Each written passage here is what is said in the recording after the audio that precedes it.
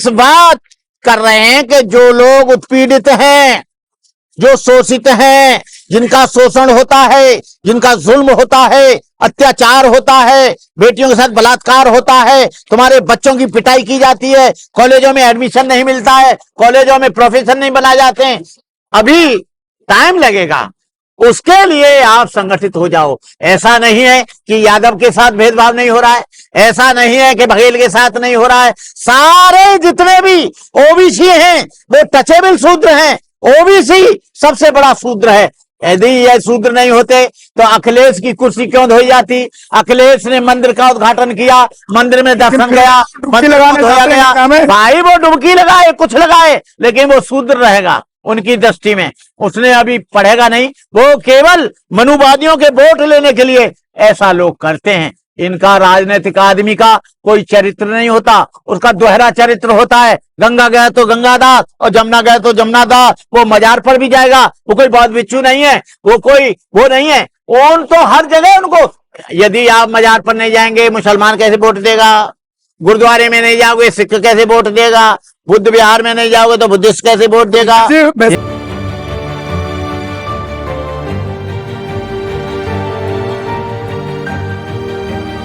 जब लोग बैठेंगे तो सामाजिक दृष्टि से बहुजन समाज पार्टी मजबूत नहीं होगी, समाज भी मजबूत होगा। और जब समाज मजबूत होगा तो आपका वोट भी मजबूत होगा। वोट मजबूत होगा तो सत्ता मजबूत होगी। सत्ता में बड़ी ताकत होती है। सत्ता कोई मामूली चीज नहीं है। सत्ता जब आती है तो व्यवस्था बदलती है, सामाजिक परिवर्तन दिखाई देता है। आप 4 बार मुख्यमंत्री बनी, सामाजिक परिवर्तन दिखाई दिया।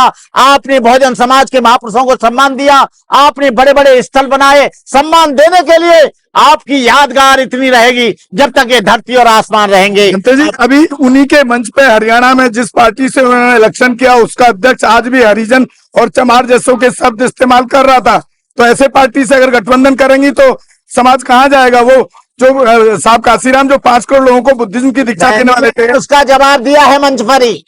बहन जी ने उसका जवाब दिया है कि ये बाकी क्या शैतान की औलाद है जो आज भी तुम जातिवाद, कहीं कॉन्स्टिट्यूशन में हरिजन नहीं है, कहीं कॉन्स्टिट्यूशन में चमार भंगी नहीं है, कॉन्स्टिट्यूशन में नहीं। सवाल तो ऐसी पार्टी से गठबंधन की जरूरत ही क्या थी? भाई देखिए, मालूम नहीं है उनके बारे में। सिलसिला आ जाता है, वो बात करता है, अध्यक्ष था वो वहां का, सुनिए, वो विचारधारा का गठबंधन नहीं है, वो राजनीतिक गठबंधन था।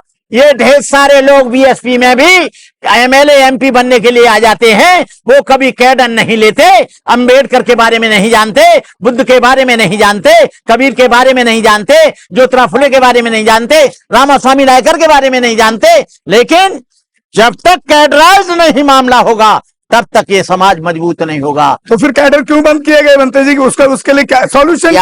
यहाँ तो बताते हैं सॉल्यूशन क्या है। दोबारा बहन जी ने बाम सेब को मजबूत करने के लिए कहा है, और अभी वो नौजवान लड़का है आकाश आनंद, वो काम कर रहा है। करने दो चुपचाप काम, कोई बुरी बात नहीं है। ढेर सारे लोग, अखिलेश, मुलायम सिंह अखिलेश को बागडोर दे गया, राजीव गांधी और इंदिरा गांधी अपने पोते और नातियों को दे गई। क्यों सोचते हो? ये काम होना चाहिए, समाज जगना चाहिए। तो ये बात मत सोचिए आप कुछ भी। समाज, इस देश में अमीर गरीब हो सकता है, गरीब अमीर हो सकता है, ब्राह्मण अछूत नहीं हो सकता, अछूत ब्राह्मण नहीं हो सकता। जब उनके दिमाग में ये बात घुसी हुई है, उन्होंने कोई इतिहास नहीं पढ़ा है, कोई किताब नहीं पढ़ा है, उपनिषदों में, पुराणों में मैंने पहले पढ़ा है, गीता और रामायण बाद की चीजें, लेकिन उपनिषद और पुराण और ऋग्वेद, ये वेद दो में कोई जाति पाति नहीं है। ये बाद में जो ऋग्वेद बना है, और अशोक के बाद जो ये पुष्यमित्र शुंग का कत्ल हुआ है उसके बाद ये सब हुआ है, कल्चर में बदलाव आया है। ये है बात। आखिरी क्या रास्ता है आपका? बुद्धिज्म की तरफ तो लोग जा नहीं रहे, अभी बढ़ते नहीं दिख रहे हैं। बुद्धिज्म की तरफ आओ मत आओ, हम किसी को बुद्धिस्ट बनाने के लिए बात नहीं कर रहे हैं। हम इस बात कर रहे हैं कि जो लोग उत्पीड़ित हैं, जो शोषित हैं, जिनका शोषण होता है, जिनका जुल्म होता है, अत्याचार होता है, बेटियों के साथ बलात्कार होता है, तुम्हारे बच्चों की पिटाई की जाती है, कॉलेजों में एडमिशन नहीं मिलता है, कॉलेजों में प्रोफेसर नहीं बनाए जाते हैं, अभी टाइम लगेगा। उसके लिए आप संगठित हो जाओ। ऐसा नहीं है कि यादव के साथ भेदभाव नहीं हो रहा है, ऐसा नहीं है कि बघेल के साथ नहीं हो रहा है। सारे जितने भी ओबीसी हैं वो टचेबल शूद्र हैं। ओबीसी सबसे बड़ा शूद्र है।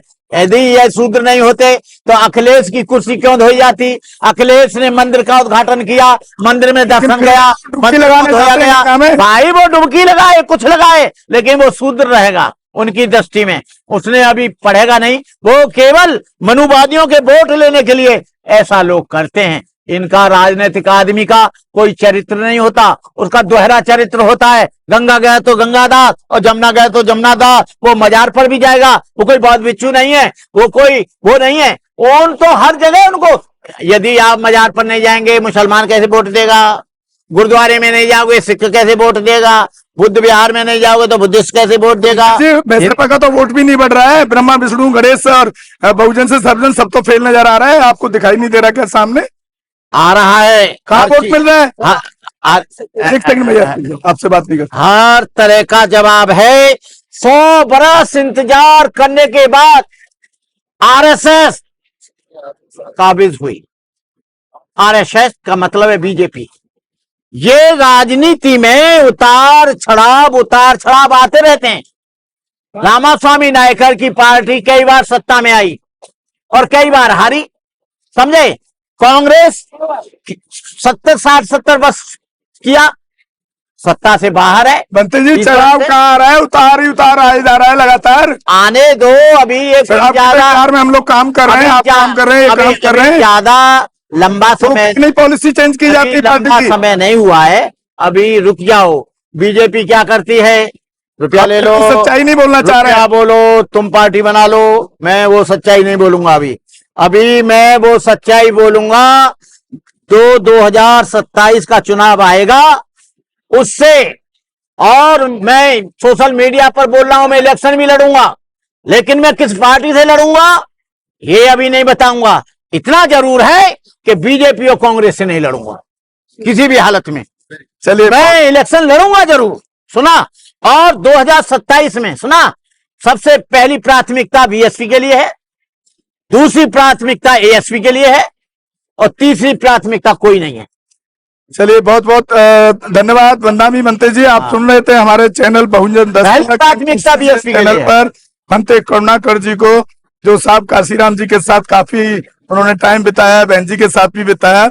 तो आप हमारे चैनल पे जरूर उनके जो भी उन्होंने स्पीच दी उस पर कमेंट करें, बताएं कि आपकी क्या राय है उसके बारे में। धन्यवाद। जय भीम, जय भारत, जय संविधान। हमारे channel constitution like, share, subscribe देखना मत भूलिएगा। जय भीम, जय भारत, जय संविधान। नमो बुद्धाय। धन्यवाद। चैनल आर्थिक समस्या से गुजर रहा है।